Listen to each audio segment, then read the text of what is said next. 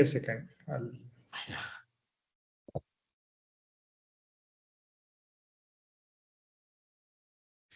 The camera option is not shown here.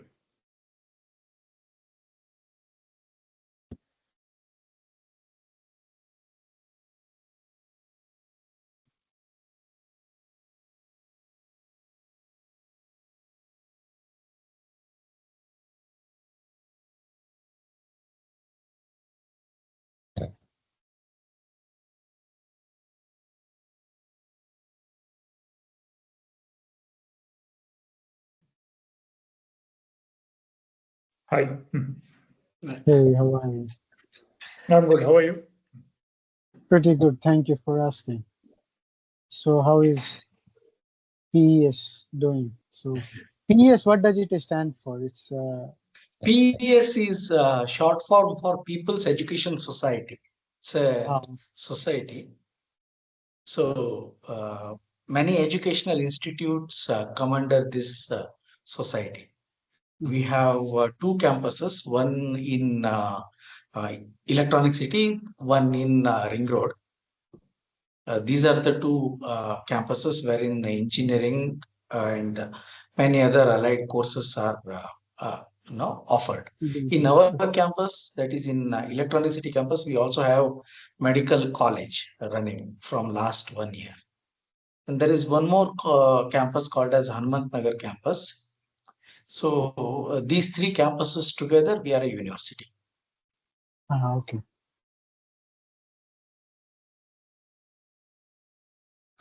So I think we can start. It's 2 o'clock.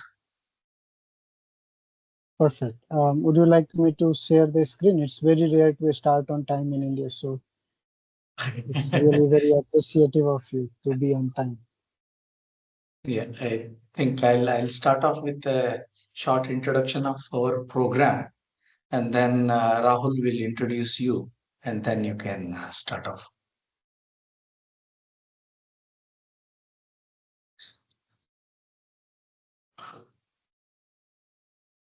Okay. Avijna, recording is on? Yes, sir. Okay. So let me start. Well, good afternoon, one and all who has gathered. And this shows that you are interested in quantum technology and quantum communication. So to commemorate the 100 years of the invention of Schrodinger's equation, and then the start of the quantum era, this year 2025 is observed as the International Year of Quantum Science and Technology, and we at PES are celebrating this year by organizing a lecture series called as Vijnana Vedike.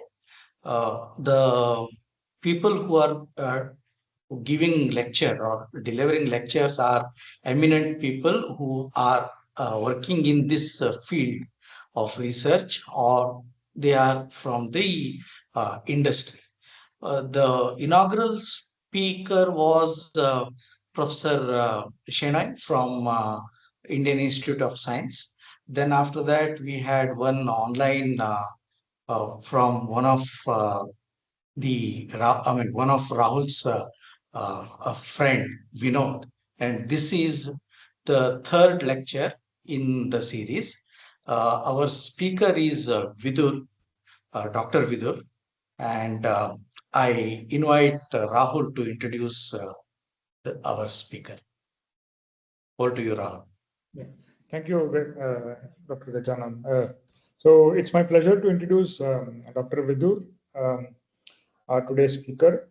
Dr. Vidur has a PhD from Australian National University, and he's also a postdoc from University of Glasgow. And he's also the founder of Quantastra Private Limited in 2004, if I'm correct, 2004, and he's also developed 2024. Sorry, yeah, 2024. Yes, 2024. Yes. I don't think there And was any quantum company in 2004. So yes. absolutely. Right. So, so with this introduction, I would like to invite Dr. Vidur for his talk. Over to you, Vidur. Thank you very much. I will be sharing my screen now and thank you very much for inviting. It's a pleasure to be here. Always nice to talk in a university because I come from a university background.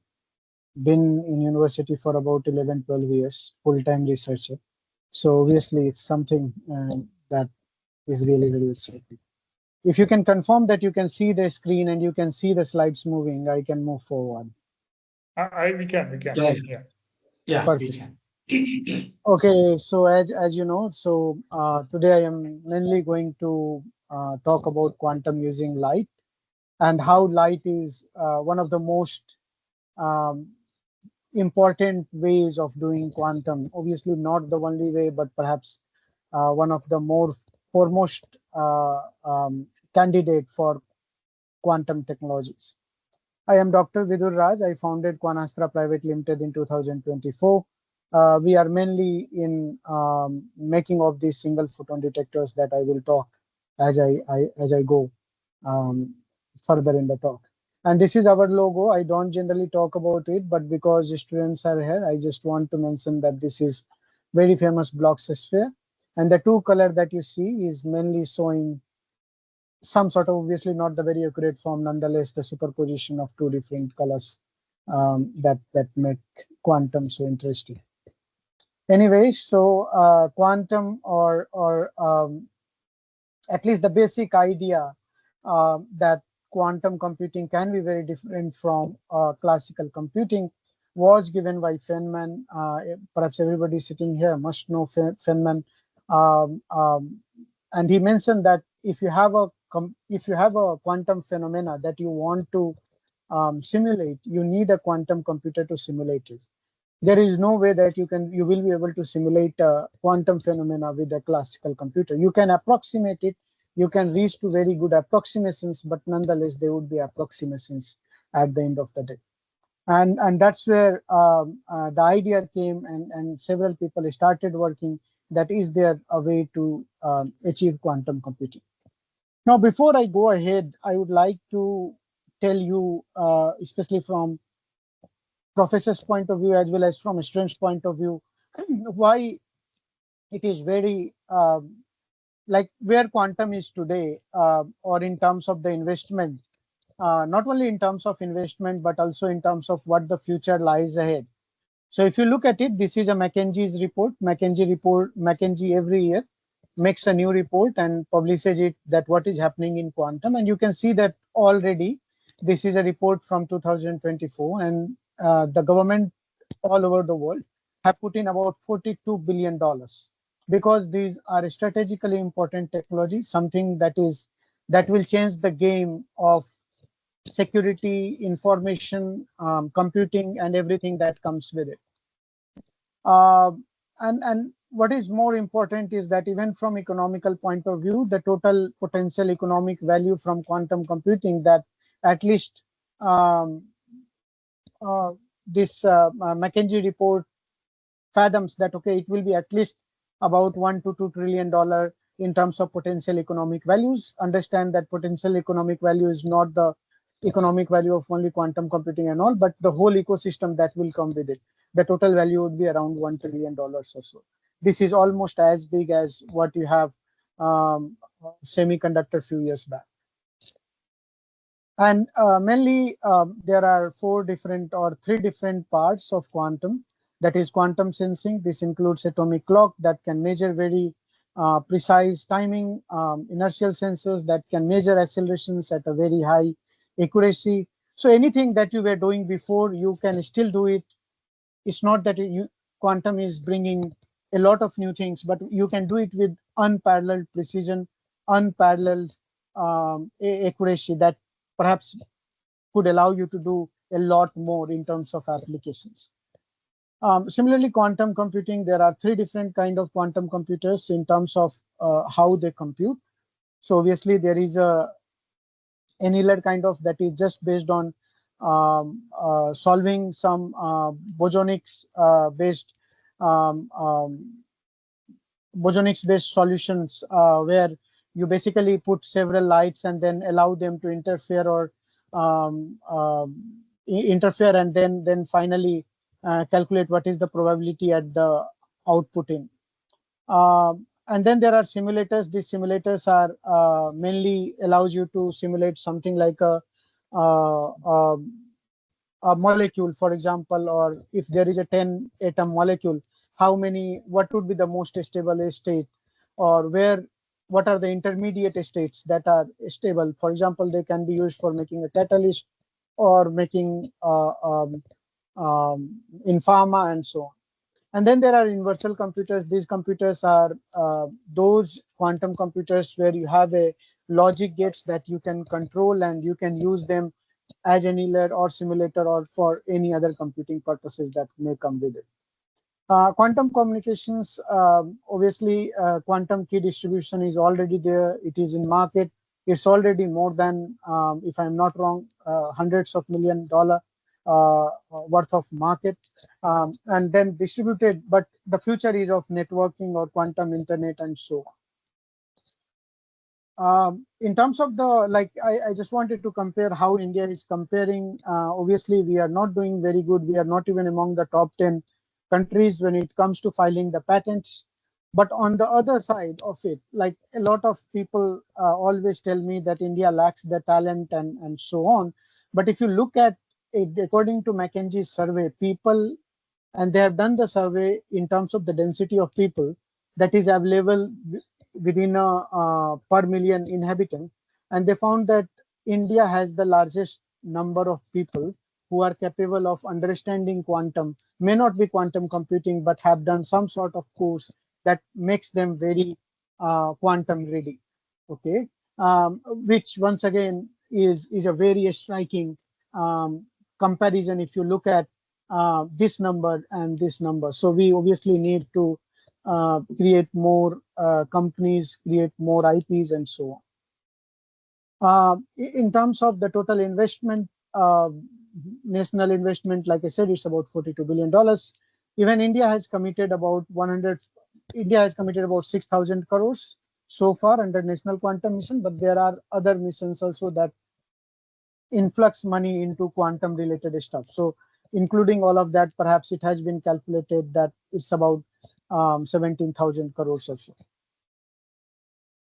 Now that I have given you a snapshot of where the quantum is and why there is so much of money flowing in, and perhaps have given you an idea that, okay, quantum is really hot these days and it's the right area to be in. Let's start with what is the difference between a classical computer or a classical way of computing and a quantum way of doing this stuff. And one of the most important, the most basic thing is how classical bits are defined. So for example, if you have to define, firstly, classical bit can be only defined in 0 and 1. I think that it's very clear for most of the people. But how they are defined. So what you do is that you put a threshold and you say that if anything above that threshold. So for example, if we put a threshold at 0.5 volt and we come that, okay, the value is 0.7 volt, it would still be considered 1. If the value is 1 volt, it will still be considered 1. As soon as it is more than 0.5 volt, it is 1. And as soon as it is below 0.5, for example, if it is 0.4, 0.3, and so on, it will always be 0, right? And that's how you define a bit value. And for example, if you are doing the computing through light, you will define that if certain intensity is matched, we will call it 0. And if certain intensity is not matched, or if it is above certain intensity, we will call it 1. So that's how these states are defined. But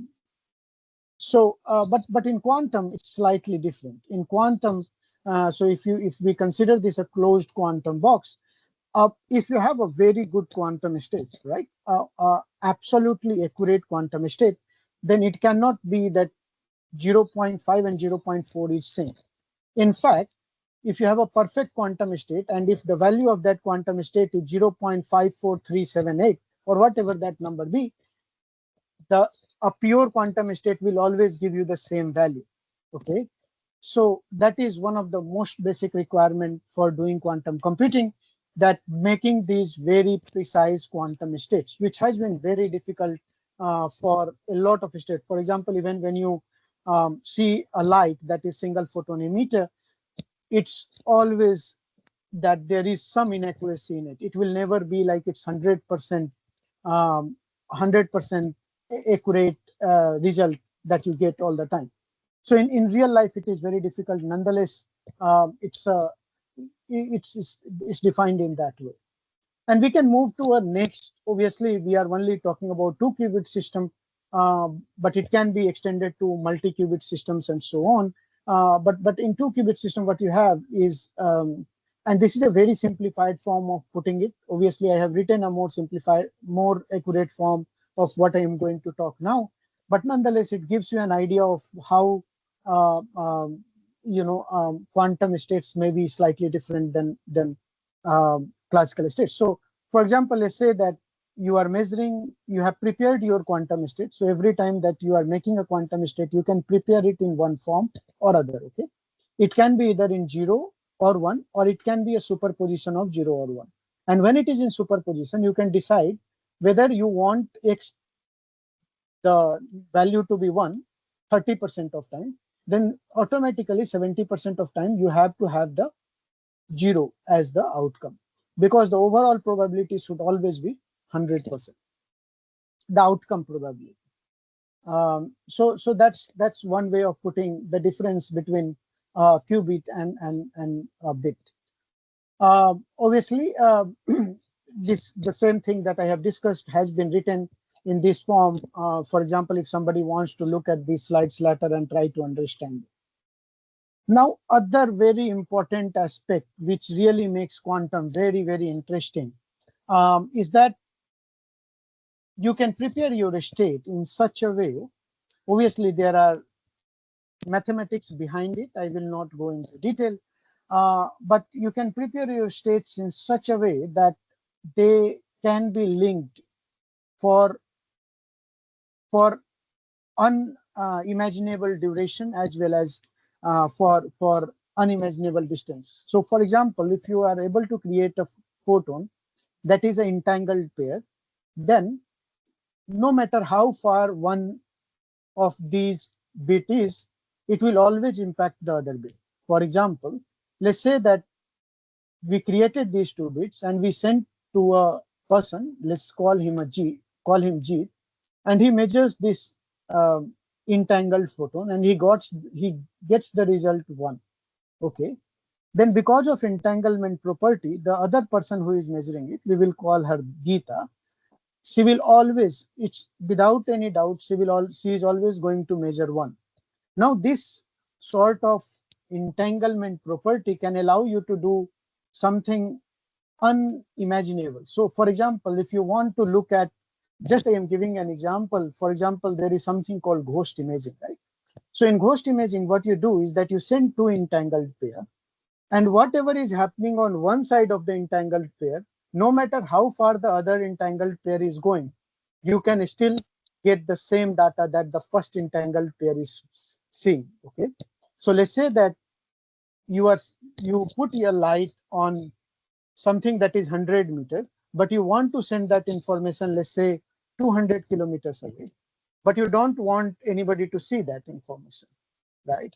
Or so what you get, so because they are entangled pair, whatever information the first guy is seeing, it will be automatically transferred to the second guy as well without any problem because of the lag and so on. So it's a very, very, very useful way of doing it. Why quantum computers are again very famous, like I said, because you can immediately see that because you can have the superposition at the same time, you can not only use 0 and 1, but you can also use a state between 0 and 1.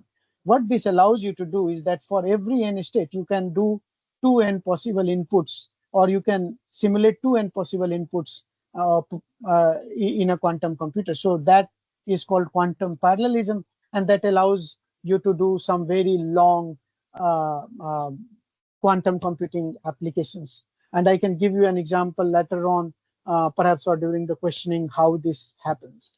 Quantum gates are very similar to classical gates. The only thing is that in classical gate, once it passes through the gate, you cannot, for example, let's say that you pass 0.4 volt and you measure something after the gate in operation, you will not be able to come back and say that it was 0.4 volt, right? But in quantum, it's not that way. It is always reversible. So for example, even if you have put a single photon that had the energy of 0.000 whatever, and it passed through and then it was measured, from that measurement, you can come back and say, okay, these are the quantum gates that this is the original input that went through the quantum gate, and you got the final result. That is a very, very powerful thing to have. And currently there are several different ways of doing quantum computing. Some of them which is just written here: NMR, ion traps, optical, semiconductor, and so on. They are just some different ways of doing nothing more. In terms of quantum supremacy, like I said, that there was quantum computing is not a new concept. Several people, and as soon as there was some development in computing, people had started thinking about quantum computing even then. And quantum computing using light is perhaps very, very old. I don't remember the exact number, but it's even older. Okay, so certainly quantum computing is not very new. Nonetheless, because of the new developments that has happened in semiconductor, that has happened in our understanding of quantum, we have been able to develop this quantum computer, which has really shown promise now. And that is one of the reasons that governments are putting in so much money, because it is no more just something that is inside the lab, but people are seeing some real life applications happening in some of the big places. For example, IBM and Google are the best example. Here in 2019, Google obviously was the first one to show quantum supremacy, and Xanadu. I don't think they have shown quantum supremacy, but nonetheless they can do a lot of stuff that would have been initially very impossible to do. But with all the buzz that you hear around, still quantum computing is very far. Quantum computing, if I have to give you a number, is at least 5 to 10 years down the line. So it's not that it's going to happen tomorrow. It will take some time, but nonetheless, when it happens, it will impact all of our life in the same way that computer had in 1990s and so. Now, obviously, there is a lot of buzz about quantum computer, and we do hear a lot about it. But perhaps equally important, or perhaps more important, is quantum key distribution, or a way of what do you say, a way of making your data secure by using quantum principles. And by using quantum principles, because of no cloning theorem and quantum measurement disturbance, that is, if you measure something once, the quantum properties has changed. So it's more like you cannot clone the same quantum state twice. So that is one of the relics of quantum, or how it happens. But nonetheless, if you look at it, it's a very, very important important part of whole thing that is happening in the quantum ecosystem. Then there is quantum dense coding. So currently, what you have is like how you, for example, save your data in a magnetic drive or something. Is that once again is the same thing. You define a threshold that below or above this threshold, we will call it 0. Above this threshold, we will call 1. For example, it can be controlled through magnetic field. It can be controlled by other way, but nonetheless, that remains at the core of it. But what if there is a method where for every single state that you are sending, you are able to capture 2 times more data? So one data is not only or a 1-bit information is not a 1-bit information, but it is 2-bit information, right? And there are ways of doing it. Once again, without going into detail, I am happy to go into detail later on. But what it basically uses is a entangled photon, and there are several ways of doing it. This is just one way where both Alice and Bob can prepare the Bell state and measure it later on. And with one state they can measure two, or they can store two different bits at the same time. But obviously in next 10 to 20 years, just the way currently the quantum key distribution is happening on a small scale, maybe in urban areas or in very small local, even the experimentations are happening in very small areas, maybe around 20 kilometers or so. There has been reports where people have shown kind of quantum key distributions across several thousand kilometers, not several thousand, but around 1,000, 2,000 kilometers. It was a lab in China. So it is doable, very much so.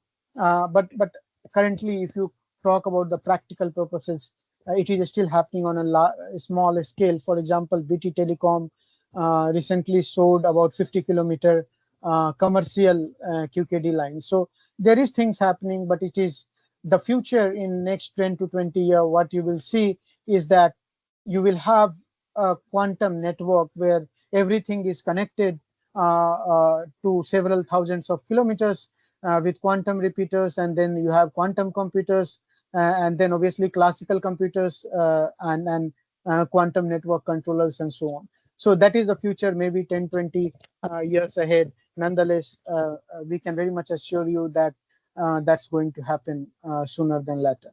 And there is a lot of work already coming. And finally, I gave you a snapshot of what quantum computing is. I told you about quantum communications and three different forms of quantum communications, or three different milestones in quantum communication that is yet to come. And finally, we have reached where Quanastra is deeply involved, and that is quantum sensing. A quantum sensing, like I said, that it's not that there were not sensors, for example, for making a very precise clocks, or for photon detection, or for electrometers, or for inertial sensor. There are already sensors that can do all the work that you are seeing here. Nonetheless, what quantum allows you to do is something that it basically pushes the boundary. For example, if you were able to detect a photon with 1% precision, now you can do it with 90% precision. And because you can do it with 90% precision, it allows you to do a lot more stuff than it would have been initially possible, right? So that's where quantum sensing is, and it is one of the most prominent technology that is already there in the market. So other technologies, for example, quantum communications or quantum computing, will come or will become more accessible to general people maybe in next 5 to 10 years or so. But nonetheless, quantum sensor is already there, and you can use them. Now, why light is so powerful tool for quantum? Before I go ahead, I would like to mention that light is going to be the future, not only for quantum, but also for classical computing. And you hear a lot of buzz. For example, recently, a Chinese company wanted to spend 2,000 crores making silicon photonic chips, right? So that's where even for AI, people believe that classical computing or the silicon-based computing need to be adjusted with light-based computing to have a better sort of computing or better sort of AI computing, right? So light is not only important from quantum point of view, it's also very important from classical point of view, right? But what is the reason? Because here I am only talking about quantum point of view. Let's talk about some of the reason why they are very useful for quantum. Obviously, you can control you can make a single photon, and you can measure it with very high precision, and that's the very first part of why light can be very useful for quantum. So there are already single photon sources in market that you can buy, and like I said, they may not be ultra pure, or they are not as pure as theoretically possible. Nonetheless, they come very near to being very perfect single photon source. Then there is superposition and coherence. Like I already discussed that it is in light, superposition and coherence can be achieved much more easier, and you must have seen almost all of you you know, the two-hole or double slit experiment, right? And that because you are able to see those fringes and all because of superposition, and coherence is obviously something different. Nonetheless, it helps you maintain coherence for a relatively longer time compared to what you can have, for example, in a superconductor based technology or so on. Also, multi-entanglement can be achieved across polarization, optical angular momentum, time beam, and so on. And because it can be obtained across several different dimensions, they have once again a lot of applications, and they become the foundation of QKD teleportations and so on. They also they don't interact very easily with environment. So that is also a very big limitation why, for example, light-based computing is not as good or perhaps as easy to do as, for example, silicon-based computing. Nonetheless, that also, if it is a positive, it is also a negative, right? Speed, obviously, because there is low scatter transmission, you can have you already see that's how your fiber communication happens, that you can send your light to several hundred kilometers with very little or no attenuation. There will always be attenuation, but it will not be just high enough that it cannot be gathered after few kilometers. Also, it allows you to do room temperature operations. So there are sources that allows you to have room temperature operation. For example, a diamond emitter can emit single photon at room temperature. Obviously, they give much better characteristics at cooled temperature, or at cryogenic temperature. But nonetheless, they are very they do give room temperature. They do emit a single photon at room temperature as well. And like I said, that they allow you to have something like a Hongo-Mandel kind of interference and boson statistics. So it can allow you to do something like linear optical quantum communication. And like most of the examples, I think even not Xanadu, but the Chinese company has been using this, or Chinese, I think, university has been using LOQC, and they have shown once again very good result with this quantum computing scheme. Nonetheless, and they can also be used because, you know, you may not have a detector for one channel. It's okay. For one spectral wavelength, you can work in other spectral wavelength and so on. So once again, it's a very diversified sort of a scheme that light allows you to have for computing as well as quantum computing and so on, right? And telecom compatibility is another very important aspect, because, like I said, that currently you can send these data to vast network of fiber networks that is already there, that you can use. Now we have talked a lot about single photon, and now let's talk about how, and we are now coming to more about what Quanastra is doing.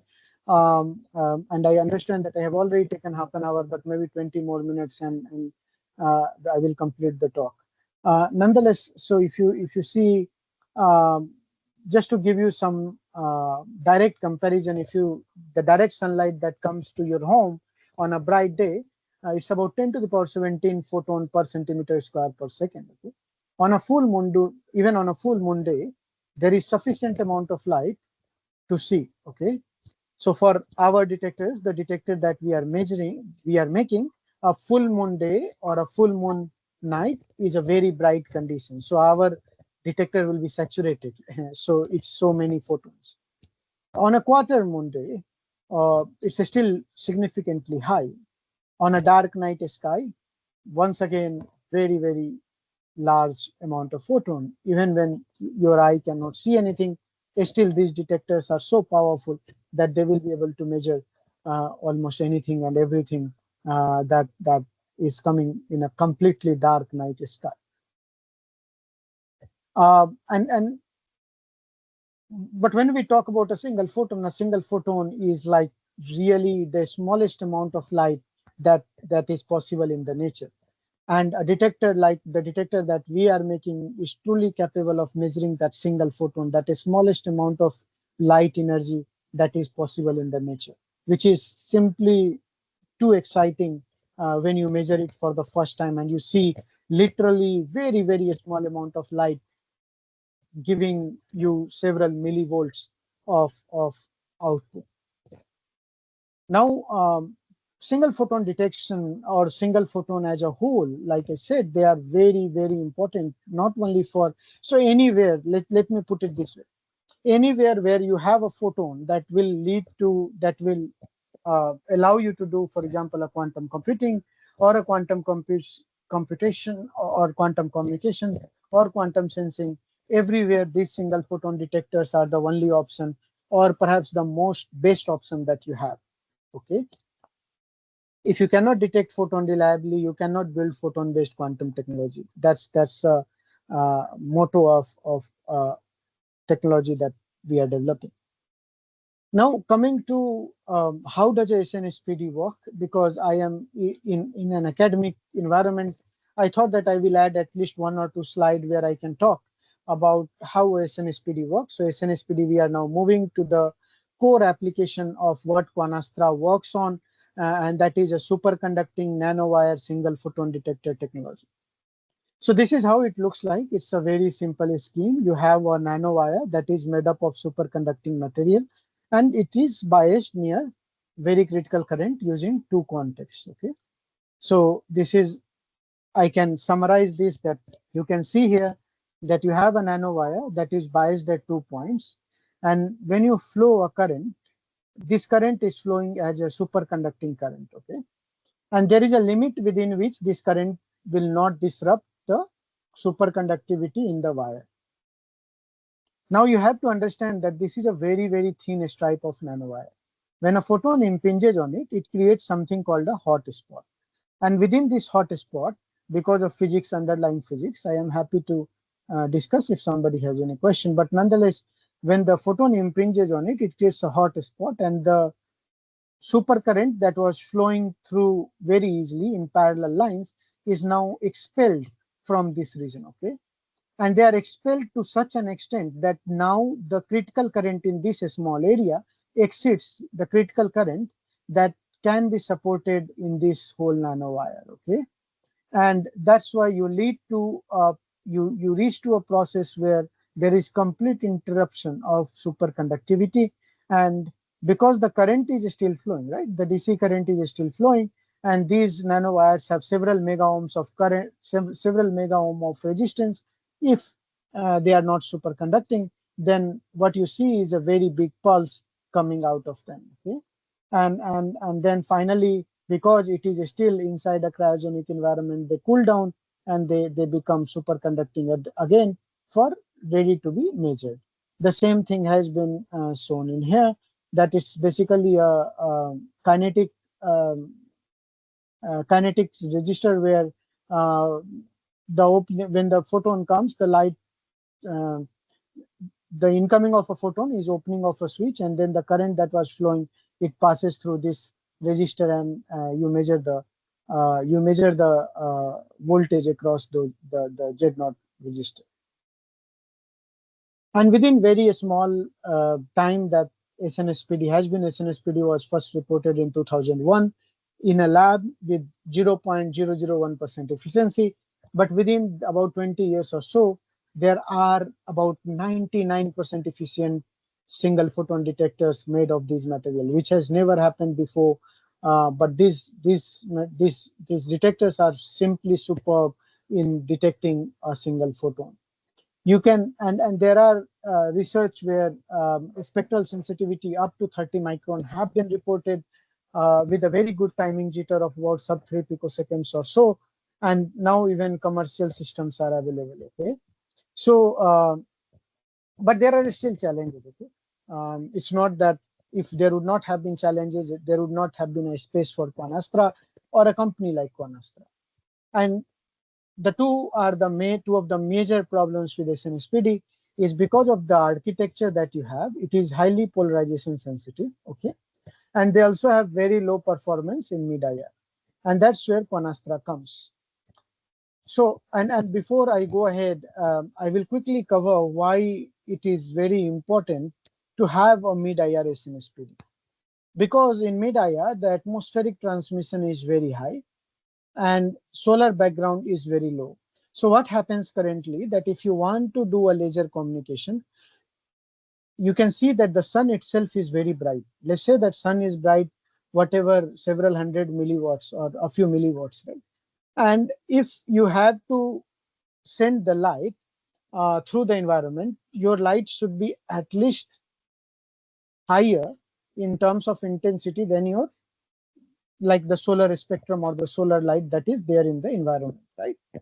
If that is the case, then there is a chance that you may harm the person or the human being or even the animals. And that's why people believe that if it is ever to happen that a free space quantum communication will come, it will happen in this mid-wave IR region, or what is happening today, that is a combination of say like the RF and optical communication. Mid-IR also has a lot of unique properties. Once again, I can go in very much detail because this is our core topic that we are working on. But in because of timing, let's move on to some other applications of mid-IR. So mid-IR is obviously very important for a range of free space communication applications, but they are also very important wavelength range for a lot of. It is called the so mid-IR range, that is 2 to 20 micron, is called the is very important for chemical and biomedical sensing. And you can see that several different molecules have emit their spectrum in this region. And if you have a detector that is highly sensitive, that can measure these very important compounds, they can be used for a wide range of activities. Some of them are, for example, for security applications, medical diagnostic, environmental monitoring, and so on. Once again, I can go individually into these, but only if there is some question or somebody is interested to know. There are other applications as well, for example, biomedical imaging, exoplanet search, and infrared observation of big planets. So, for example, you can see that big planets emit as they become bigger and bigger,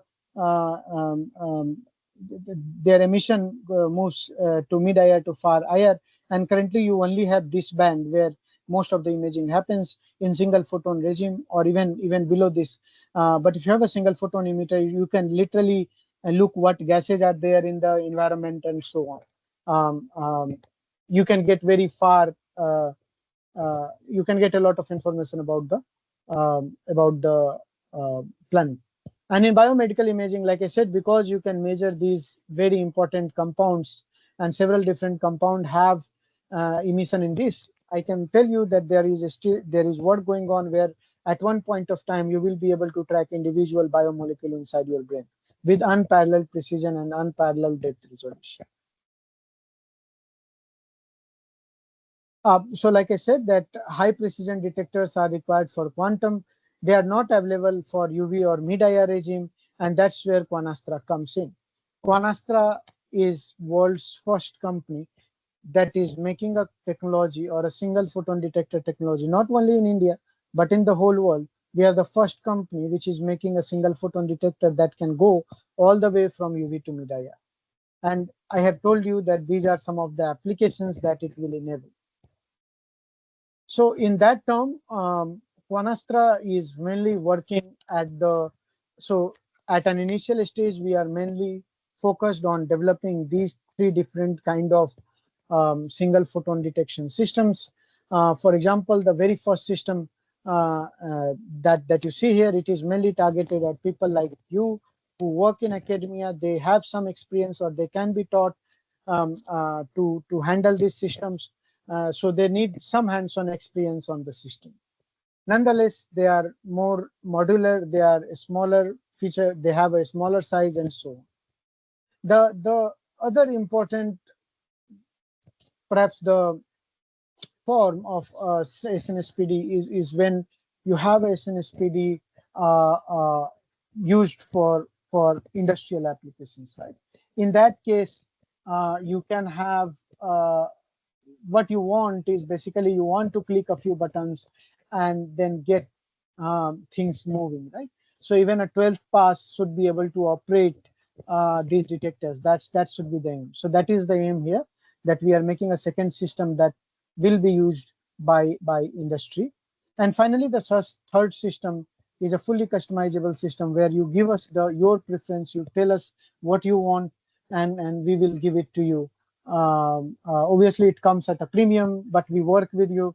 Our engineers will work with you. I will personally work with you, at least at an initial stage, to figure out if we can cater to your need. But this system can be very costly, anywhere from 3 to 10 CR, depending on how complicated you want to make them. But when I came to stabilize Quanastra, one of the biggest problems that we faced is we could not find even the minimum requirement that is required to make such a sophisticated system. Okay? And that's where we started looking what are some of the other technologies that we can look at, we can think about within Quanastra that can help us at least in long term. So let's say next 2 to 5 years, it should allow us to control at least 90% of the supply chain.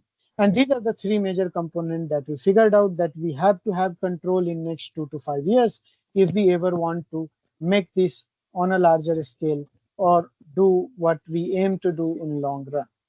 And that's why thin film optics and cryoelectronics became an important part of Quanastra. Nonetheless, this decision was also made because, currently you will be very surprised, even though you are from academia, and I would still like to let you know that, currently India spends about $1.2 billion.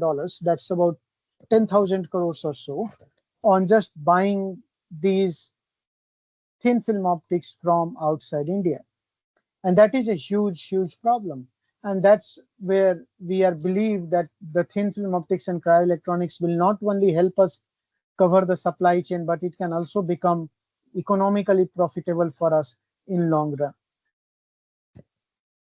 But like I said, that Quanastra was never found with a vision of 2, 3, 5 years.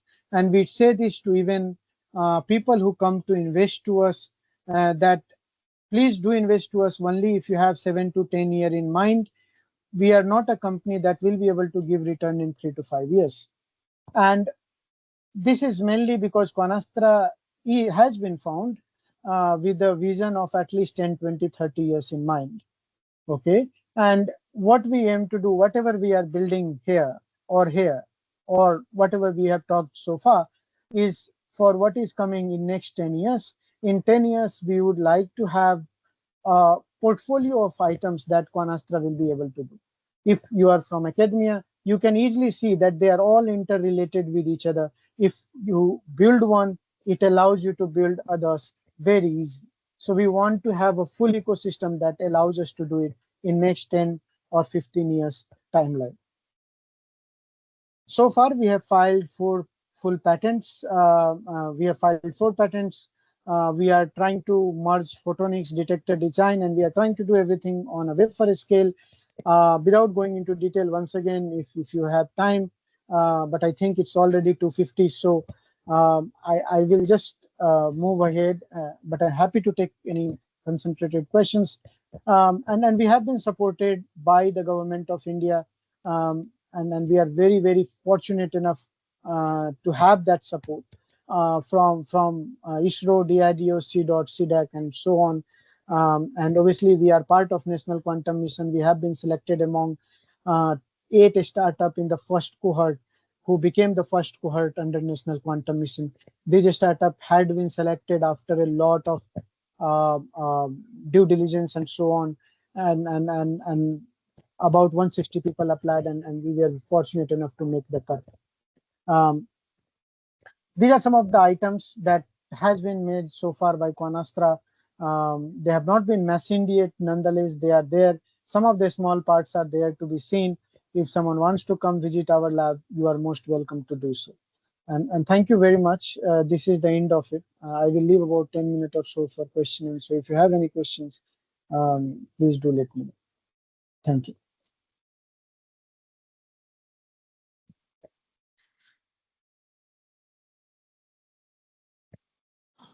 Thank you, Vidhu, for a wonderful talk and giving us a plethora of the product range that Quantastra is already having or is planning to roll out. So this would have been this is a nice platform for the students who are interested in the startup and the growth of startup from a startup to a considerable company. So maybe I'll first open the floor for the students who are interested in either the quantum technology, how the growth process takes place, or if you would like to ask any questions on the startup. So let me take one or two questions from the students first before we start off.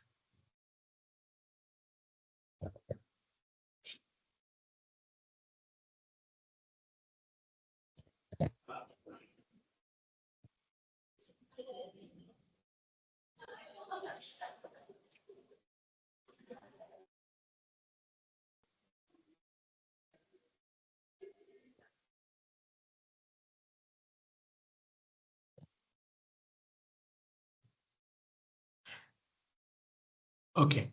Rahul, do you have any questions? Yeah. Hello. So, sorry. Yeah. Hello. Am I audible? Yes, you are audible. Yeah. So no, me and Gajanan were recently discussing on some theoretical idea where single photon detectors are majorly used in several of the non-Hermitian systems. And non-Hermitian systems, as in the systems where there are gain and loss type, which is an open system, and these systems have a boundary sensitivity. So these are major applications in sensor-based prototypes. So do you have any comment on that? Firstly, I did not get. I understood that. Is it something related to age measurement or sorry, I did not get. I understood that you are trying to measure non-Hermitian states, right? Using Correct. or trying to make a sensor that can allow you to measure that, right? Yeah. Personally, for me, I am not an expert, neither a theoretician to comment on it. So I will pass on that question, or I can have a look and get back to you on LinkedIn or somewhere. But currently, I don't have any answer. Okay, no problem. I mean, we can further discuss it after later also. Yeah. Sure. No problem. Sorry. In our lab, we actually prepare quantum dot based devices. One of the devices that one of my PhD student, Ms. Tabassum, is working on is IR detector. Actually, by merging two different type of quantum dots, we were able to detect dual range, like from mid to far IR, we were able to look at the absorption and detect. So is there any possibility that such kind of devices can be forged into a single photon detector later on? Most certainly they can be, because absorption is the minimum requirement, right? So firstly, one has to see quantum dot anyway, like how, for example, one of these are just two things that is coming to my mind, but a quantum dot is the size similar across the range. For example, what is the range within which the size of the quantum dot is? Because the light absorption may simply be a function of, you have maybe the method of making is such that the the the particle the particle size is such that it can allow you to measure very large amount of or very large spectral range, but at the same time it also comes with one. Sorry,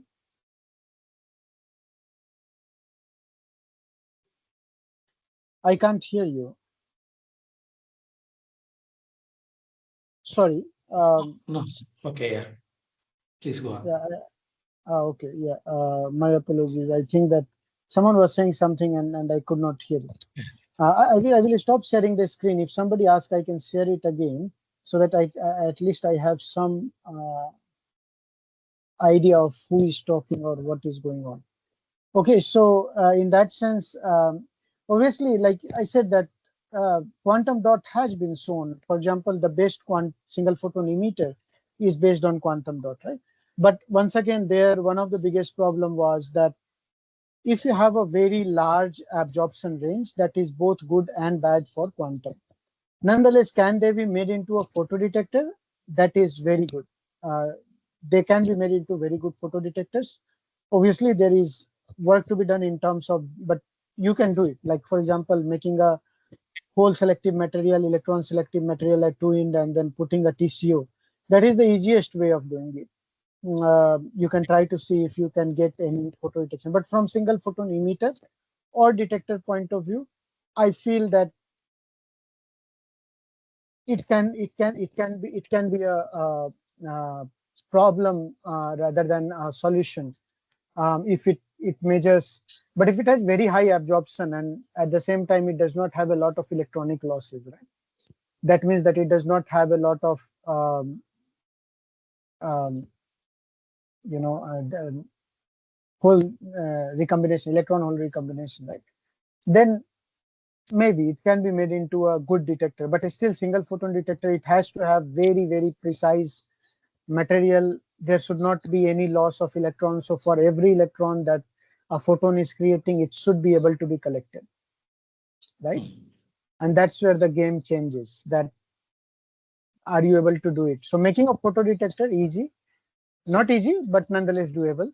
Making a very good low light detector, probably relatively difficult, but doable. But making a single photon detector, I believe, and with good efficiency, it would be difficult. It would be difficult. If not, it would be challenging, if not impossible. Okay. Obviously not impossible, but yeah, challenging. Yeah. And one question regarding the slides that you showed, the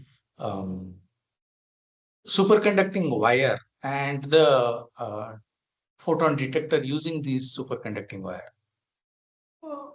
I mean, the cost is high because you have to keep the superconductor in a superconducting state, right? So, I mean, low temperature state. Okay, so we are adds talking to about the the cost. Yeah. No, the cost is obviously the main cost is related to cryogenics, because the cryogenics itself cost about 20-30 lakh, perhaps even more. Sometimes if for example for a 30, it may cost up to 50-60 lakh, just the cryogenics, right? And then there is engineering part of it, because you are hiring PhDs, right? A normal person is just not competent enough to make a system that is this complicated. Like I said, that we had to machine 72 individual parts, right? And if any of those parts is not put in the way that it should be put, it will not work, because there would be either the temperature anchoring problem or some other problem that will come. So then also there is second part of the cost is the engineering that is required to it. Third part of the cost is, like you see, these detectors are so sensitive.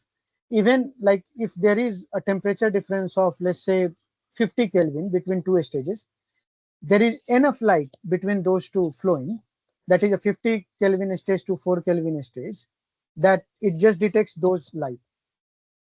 So we have shown in our paper that this detector can measure up to more than 10 million photons just coming from a 4K stage, 40 like a room temperature stage to 4K stage. So there is a huge amount of optical design that goes into it to make sure none of that happens. So there are several complexities that one has to take care of, and that adds to the total cost. And can you just shed light on those hot spots that you were talking about when the light falls on the wire? You said there is a hot spot that is created, and then the current is getting displaced. Yes, so yeah, so I can maybe share the screen just for a moment. And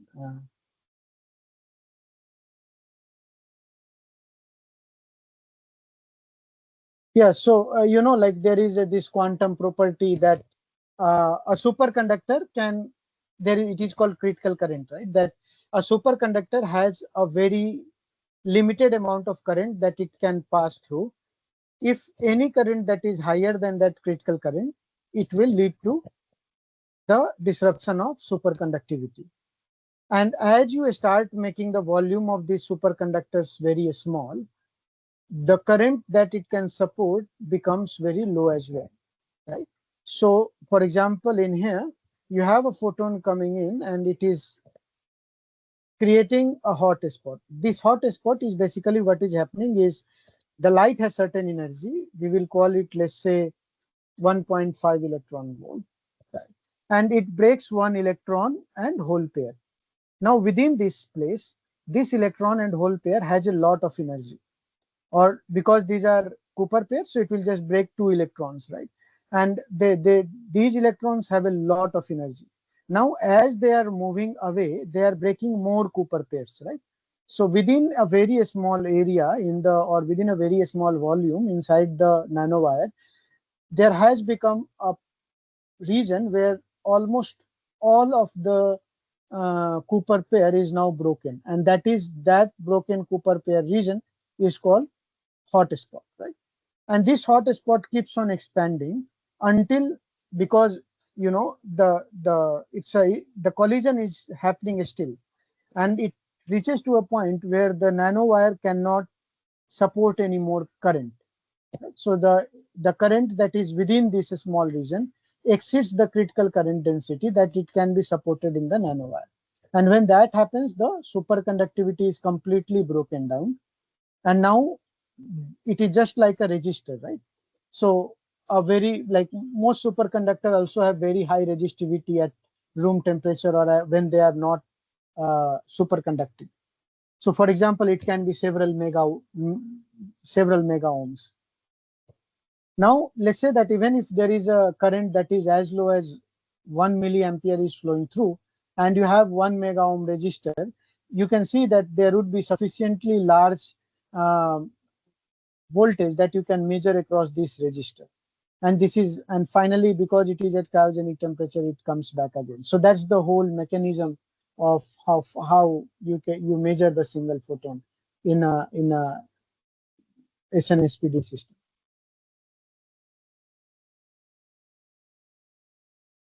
Thank you.